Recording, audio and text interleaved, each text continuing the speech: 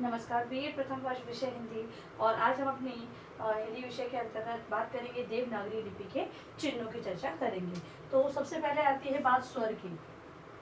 सभी जानते हैं अ, आ, ई, उ, री, ए, ऐ, ओ, औ। अब अगर इनकी मात्राओं की बात करें, ये हमारा परीक्षा की दृष्टि से प्रश्न बनता है, तो इसको ध्यानपूर्वक देखेंगे। अ, आ, ई, उ, ये री, ए, ऐ, ओ और ये औ। ये इसकी मात्रा है देवनागरी लिपि की। अब इसके अंतर्गत बात करेंगे अनुस्वार की। तो अनुस्वार यानी एक बिंदी लगाई जाती है। फिर है विसर्ग। विसर्ग के अंतर्गत इस प्रकार ये विसर्ग का प्रयोग किया जाता है। फिर है अनुनासिक।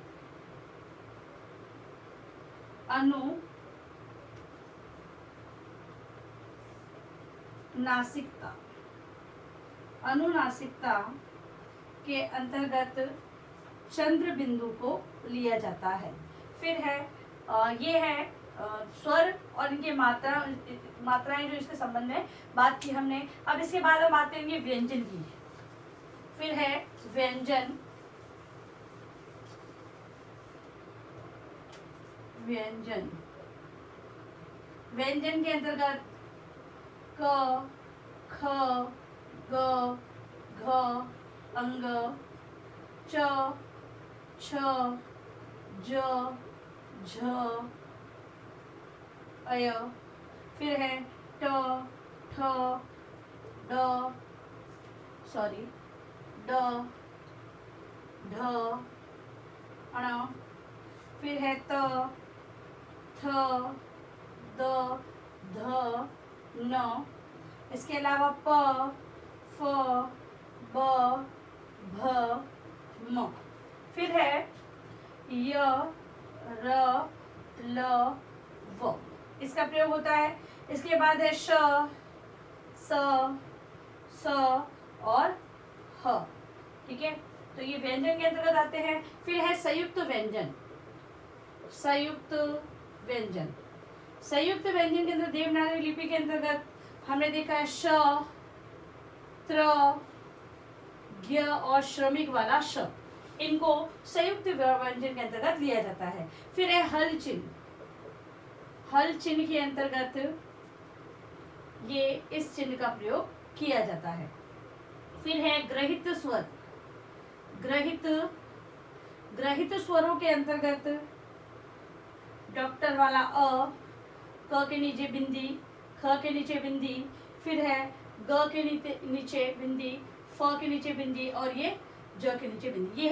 ये है जो है ग्रहित व्यंजनों के अंतर्गत लिए गए हैं। अब है देवनागरी लिपि के अंक। अंकों की बात हम लोग करेंगे। देवनागरी लिपि के अंक। तो देवनागरी लिपि के अंक। अंकों के अंतर्गत 1, 2, 3, 4, 5, ये 6, इसके बाद इस प्रकार से ये 7, ये 8 और ये 9। इस प्रकार से अंकों को लिया जाता है और जीरो को इस प्रकार से प्रदर्शित किया जाता है। फिर है अंतरराष्ट्रीय अंक, क्योंकि हिंदी के अंतर्गत हम लोगों ने अंतरराष्ट्रीय अंकों का भी उपयोग करते हैं। तो 0, 1, 2, 3, 4, 5, 6, 7, 8 और 1, 9। ठीक है, तो इस प्रकार से देवनागरी जो लिपि है उसकी वर्णमाला के अंतर्गत इन सभी का समावेश किया जाता है। मतलब जब भाषा का रूप हमारे सामने आता है तो सभी भाषा के अंतर्गत इन सब का उपयोग स्वाभाविक रूप से किया जाता है। अब लिखेंगे देवनागरी लिपि की विशेषताएं। देवनागरी लिपि की विशेषताएं। देवनागरी लिपि की विशेषताओं की बात हम करेंगे तो पहला है अक्षरिक लिपि। अक्षरिक लिपि,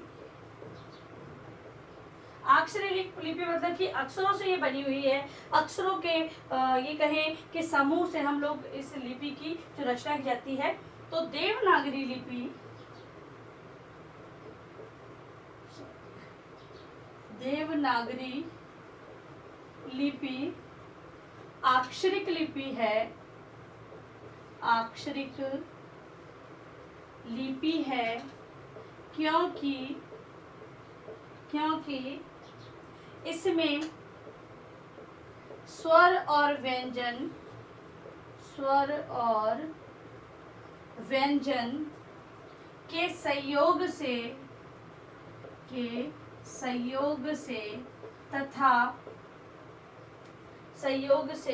तथा मात्रा के संयोग से, स्वर और व्यंजन के संयोग से तथा मात्रा के संयोग से नए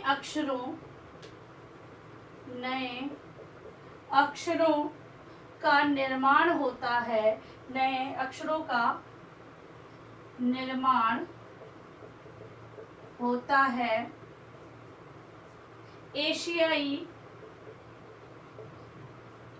एशियाई देशों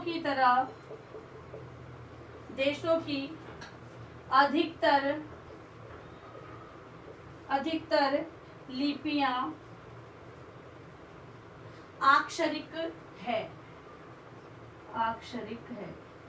पहली विशेषता है अक्षरिक लिपि का होना। देवनागरी लिपि है वो अक्षरिक लिपि है और एशिया के विभिन्न जो देश है उनकी अधिकतर लिपियां हैं वो अक्षरिक लिपि है। दूसरा है सरल, दूसरी विशेषता है सरल और सुंदर, सरल और सुंदर।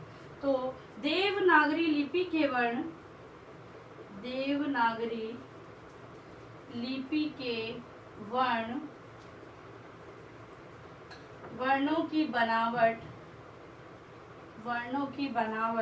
सरल और सुंदर है। इसे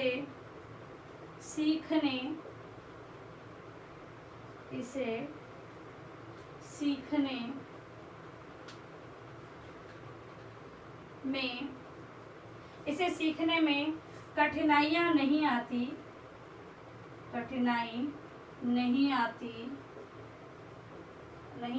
है। इसे सरलता से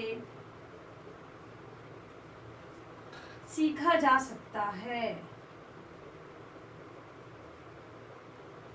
दूसरी विशेषता हमारी देवनागरी लिपि की है सरल और सुंदर। ये देवनागरी लिपि है वो एक वर्ण है उसकी बनावट बहुत ही सुंदर होती है तथा सीखने के लिए सीखने में कठिनाई का सामना नहीं करना पड़ता है। सरलता से कोई भी चीज़ सीखी जा सकती है, इसीलिए इसे सरल कहा गया है।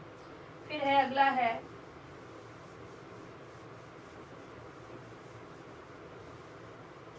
विदेशी ध्वनियों को व्यक्त करने में समर्थ।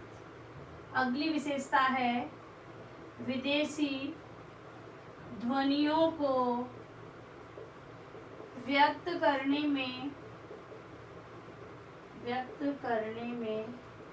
समर्थ। तो देवनागरी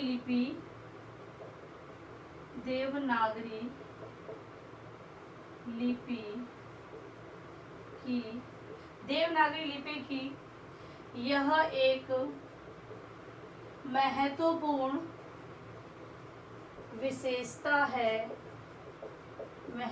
विशेषता है कि इस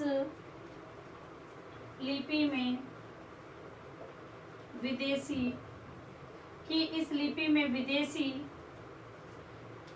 ध्वनियों को व्यक्त करने की समर्थता है।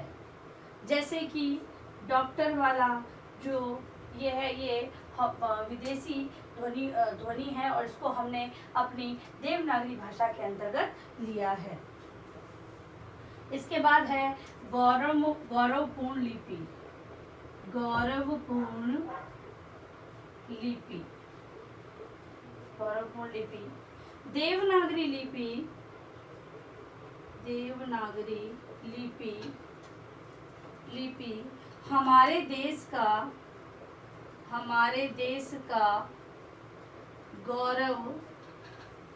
गौरव है। हमारे देश का अधिकतर साहित्य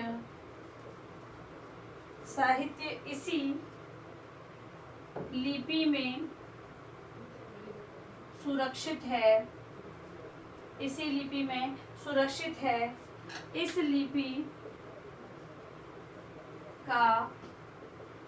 लिपि का देश में प्रचलित सभी लिपियों से